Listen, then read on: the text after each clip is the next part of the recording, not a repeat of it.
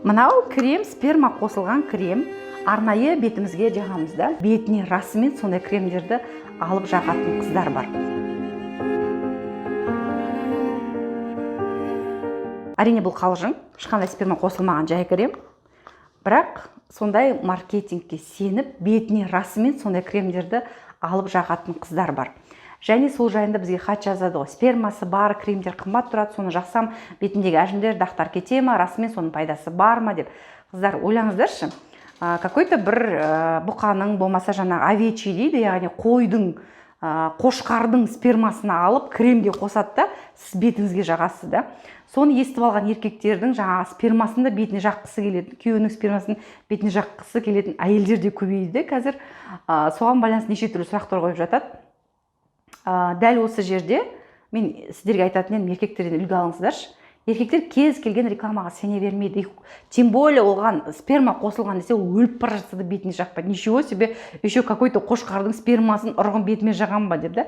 Әйелдер сондай маркетингке сеніп, бетіне бәленбай 1000 теңгеге сондай кремдер жағады.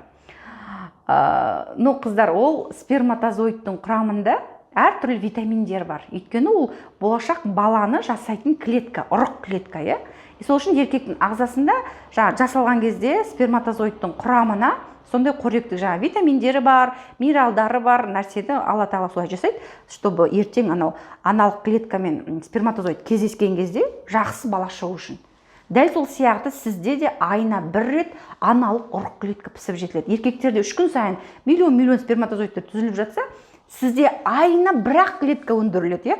Оның ішінде вообще минералдар бәрі көп. Онда алыңызда овуляция күні выделениеңізді алып, белгіне жағыңыз.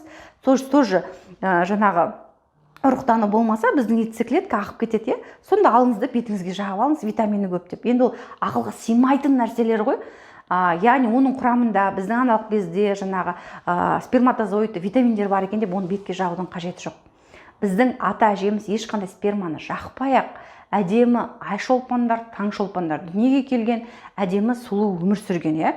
Бұл жерде маркетингке сеніп, қыздар, ешқандай бұқаның, ешқандай қошқардың спермасын бетіңізге жағудың, тем более еркек адамның спермасын бетіңізге жағудың қажеті жоқ, айналайындар.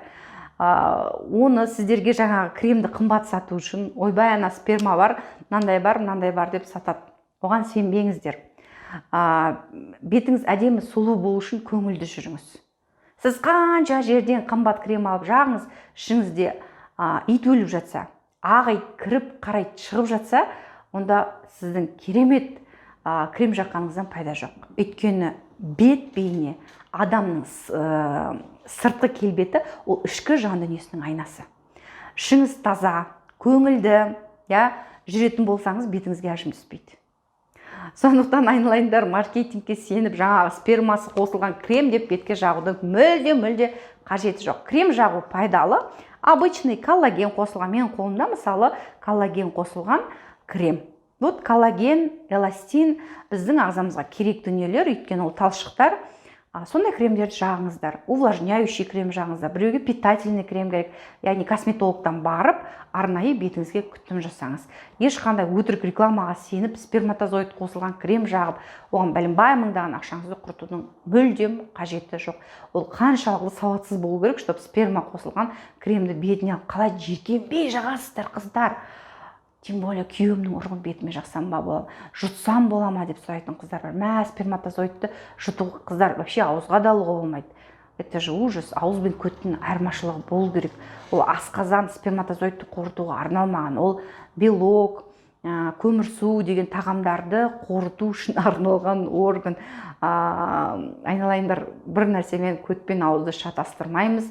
Біреудің ұрығын бетімізге жақпаймыз. Беттеріңізге ләж болса, ауылдағы қыздар, таза қатықтарыңызды, сүттің бетіндегі маңызын жағыңыздар. Ең күшті, ең керемет крем сол.